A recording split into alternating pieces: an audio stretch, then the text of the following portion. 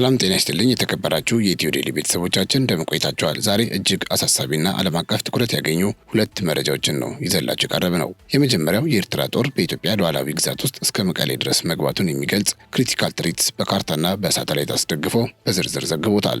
ስለዚህ ጉዳይ ዝርዝር ያለ መረጃ እናስደምጣቸዋለን። በሌላ በኩል በባህር ማዶ የትራምፕ ልዩ መልእክተኞች ጄሬድ ኩሽነርና ስቲቭ ዊትኮፍ ከኢራን ጋር ወሳኝ ድርድር ለመጀመር ስዊዘርላንድ ገብተዋል። በኦማን አሸማጋይነት የሚመራውና በአሜሪካ የአውሮፕላን ተሸካሚ መርከቦች የታጀበው ይህ ድርድር መካከለኛው ምስራቅን ወደ ሰላም ወይስ ወደ ግጭት ይወስደዋል የሚለው ጉዳይ ሌላው ተጠባቂው መረጃ ነው። ስለዚህ ጉዳይ ዝርዝር ያለ መረጃ እናቀርብላችኋለን። እነዚህንና ሌሎች ዝርዝር መረጃዎችን ይዘላችሁ የምንቀርብ ሲሆን እናንተ ብቻ አብራችሁ እንድትቆዩ እየጋበዝን ቻናላችንን ሰብስክራይብ፣ ይህ ቪዲዮ ደግሞ ላይክ ማድረጋችሁን እንዳትረሱ ስንል ለማስታወስ እንወዳለን። አብራችሁን ቆዩ።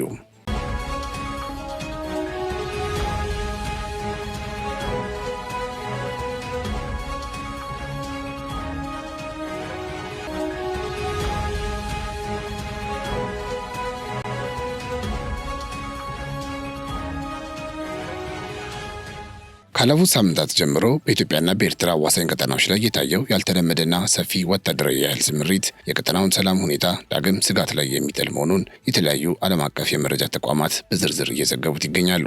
በተለይም በግጭት ቀጠናዎች ላይ ጥናታዊ ትንተና በመስጠት የሚታወቀው ክሪቲካል ትሪትስ የተሰኘው ተቋም ይፋ ባደረገው መረጃ መሰረት ቀደም ሲል የነበሩ የኃይል አስተላለፎች ተቀይረው የኤርትራ ሰራዊትና የህወሓት ኃይሎች በጋራ ስምምነት በተለያዩ ግንባሮች ጦራቸውን እያስጠጉ መሆናቸውን አመልክቷል። ይህ እንቅስቃሴ በድንበር አካባቢዎች ብቻ ሳይወሰን ስልታዊ በሆኑ የመከላከያ መስመሮችና ቁልፍ በሆኑ የትግራይ ክልል አዋሳኝ ቦታዎች ላይ የከባድ መሳሪያዎችንና የሰው ኃይልን በከፍተኛ ሁኔታ በማከማቸት ላይ ያተኮረ መሆኑን በሪፖርቱ ተመላክቷል። ተቋሙ በካርታ አስደግፎ ባወጣው በዚህ መረጃ እነዚህ የጦር ግንባሮች በኢትዮጵያ ሉዓላዊ ግዛት ውስጥ መገኘታቸው ሁለቱ ኃይሎች በቅንጅት ወደ አዲስ የውጊያ ምዕራፍ ለመሸጋገር የሚያስችል ወታደራዊ ዝግጅት እያደረጉ መሆኑን ያሳያል ብሏል። በሪፖርቱ መሰረት በአሁኑ ወቅት የሚታየው ወታደራዊ ዝግጅት በዋናነት በሁለት ስልታዊ አቅጣጫዎች ላይ ያተኮረ ሲሆን የመጀመሪያውና እጅግ ወሳኝ የሆነው የጦር ግንባር ኢትዮጵያ፣ ኤርትራና ሱዳን የሚገናኙበትን ስትራቴጂካዊውን የወልቃይት ቀጠና ያካተተ ነው። በዚህ እጅግ ወሳኝ በሆነውና ለሶስቱም ሀገራት ቁልፍ በሆነው ስፍራ የኤርትራ ሰራዊት ከተከዜ ወንዝ ጋር እጅግ በቀረበ ርቀት ላይ የራሱን ይዞታዎች በማጠናከርና በስፋት በመስፈር ላይ መሆኑ ተመልክቷል። በተጨማሪም በዚህ አቅራቢያ የሚገኘው የሽራሮ መስመር ላይ የሻዕቢያና የህወሓት ኃይሎች 70 በሚደርሱ ታንኮች የታገዘና በከፍተኛ ሁኔታ የተደራጀ አርሚ በማሰለፍ በተጠንቀቅ ላይ እንደሚገኙ አረጋግጫለሁ ብለዋል። ይህ በወልቃይትና በተከዜ አቅጣጫ የሚታየው የሁለቱ ኃይሎች ወታደራዊ እንቅስቃሴ ቀጠናውን ወደ አዲስ የግጭት አዙሪት ውስጥ ሊያስገባው የሚችልና ከፍተኛ የሆነ የከባድ መሳሪያዎች ክምችት የታየበት ግንባር መሆኑን የክሪቲካል ትሪትስ ሪፖርት በዝርዝር አመልክቷል። የሪፖርቱ ሁለተኛውና እጅግ አስገራሚ ክፍል ደግሞ የኤርትራ ጦር በባድመ በኩል በመግባት እስከ መቀሌ ድረስ መድረሱን የሚጠቁመው ወታደራዊ መረጃ ነው። ሪፖርቱ በዝርዝር እንደሚያሳየው የሻዕቢያ ጦር ከባድመ ተነስቶ እስከ አዲግራት ድረስ ባለው ሰፊ መስመር ላይ እጅግ ከፍተኛ የሆነ ወታደራዊ ሎጂስቲክስ እና የጦር መኪናዎችን በስፋት በማንቀሳቀስ ላይ ይገኛል። ይህ እንቅስቃሴ የኤርትራ ጦር ከድንበር አካባቢዎች ባለፈ በክልሉ ዋና ዋና ከተሞችና ስልታዊ ቦታዎች ላይ ያለውን ተጽዕኖ በከፍተኛ ሁኔታ እያጠናከረ መሆኑን የሚያመላክት ሲሆን በተለይም በትግራይ መዲና በመቀሌ ከተማ አካባቢ የሚታዩት ወታደራዊ እንቅስቃሴዎችና የተሽከርካሪዎች ፍሰት የሁለቱን ኃይሎች ጥምረትና ለቀጣዩ ወታደራዊ እርምጃ ያላቸውን ዝግጅት የሚያሳይ ነው።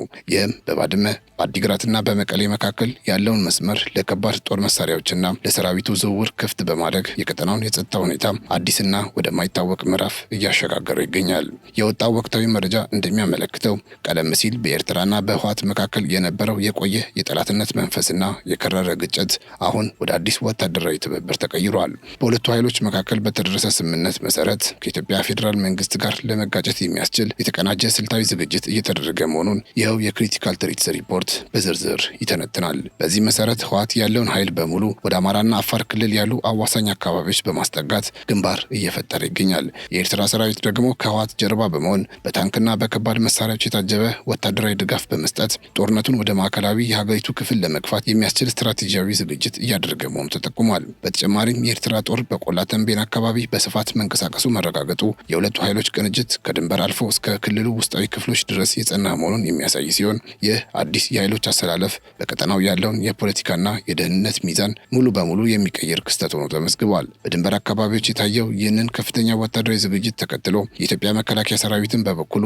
መጠነ ሰፊ የሆነ የኃይል እንቅስቃሴና የምላሽ ስምሪት እያደረገ መሆኑ ተሰምቷል። በተለይም ቀደም ሲል በአማራ ክልል የተለያዩ አካባቢዎች የነበረው ሰራዊት በአሁኑ ወቅት በዚያ የነበሩ አንዳንድ ወታደራዊ ይዞታዎችን በመልቀቅ ስልታዊ በሆነ መልኩ ወደ ትግራይ ክልል አዋሳኝ ቦታዎችና ወደ ኤርትራ ድንበር እየተጠጋ እንደሚገኝ መረጃዎች ይጠቁማሉ።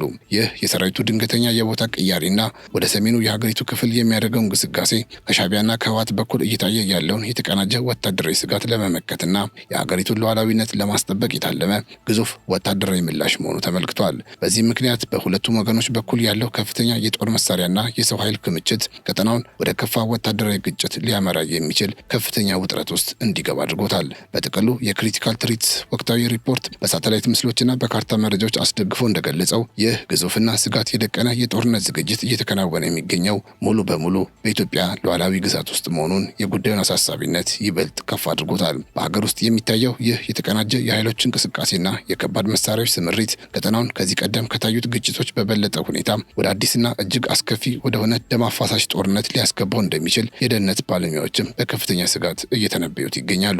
ይህ ሁኔታ በኢትዮጵያ ብቻ ሳይሆን በመላው አፍሪካ ቀንድ የሰላምና የመረጋጋት ሁኔታ ላይ ከፍተኛ ጥላ ማጥላቱ የተገለጸ ሲሆን ዓለም አቀፉ ማህበረሰብም ሁኔታውን በጥንቃቄ እንዲከታተለው የሚያሳስብ የጥንቃቄ መልእክት በሪፖርቱ ማጠቃለያ ላይ ተካቷል።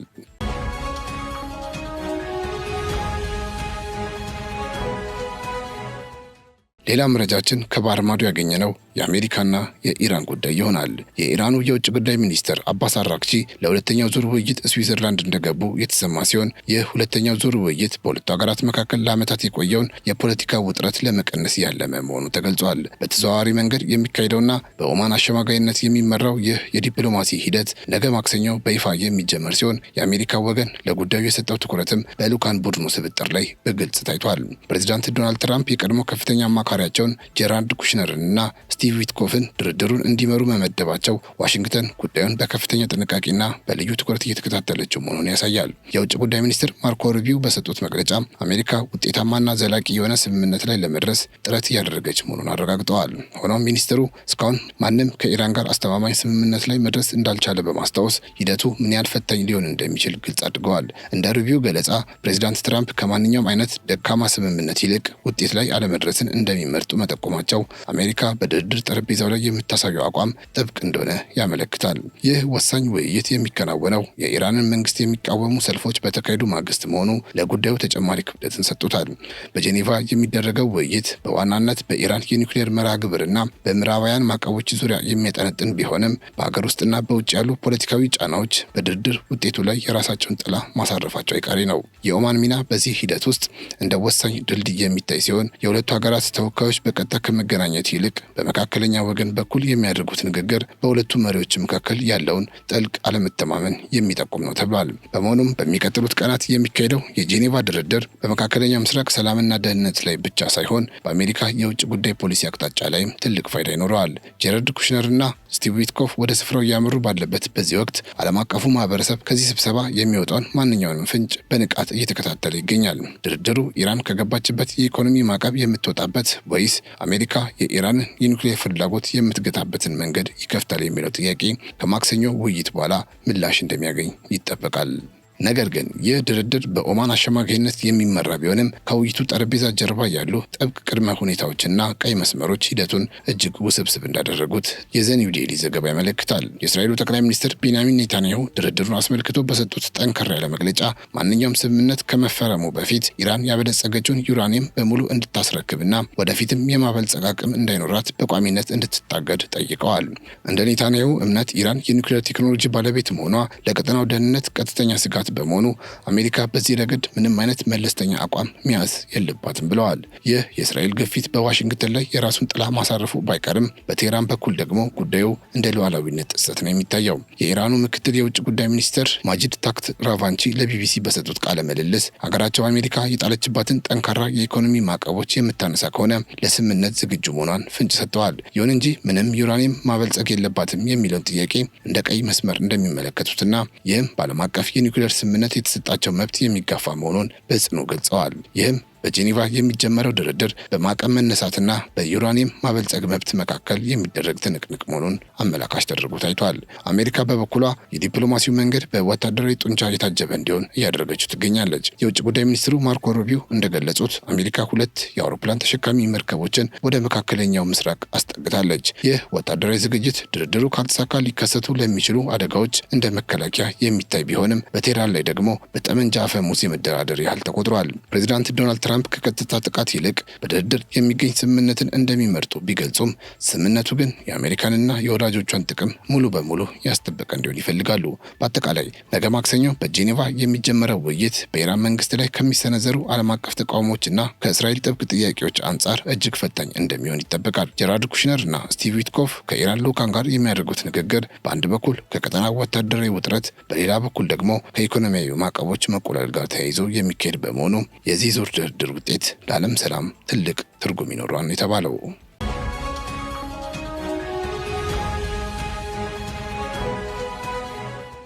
የተከበራችሁ የኢትዮ ዴይሊ ቤተሰቦቻችን ለዛሬ ያዘጋጀላችሁ መረጃ ይህንን ይመስል ነበር። ቻናላችንን ሰብስክራይብ፣ ይህን ቪዲዮ ደግሞ ላይክ እንድታደርጉ በአክብሮት እንጠይቃችኋለን። በያላችሁበት ሰላም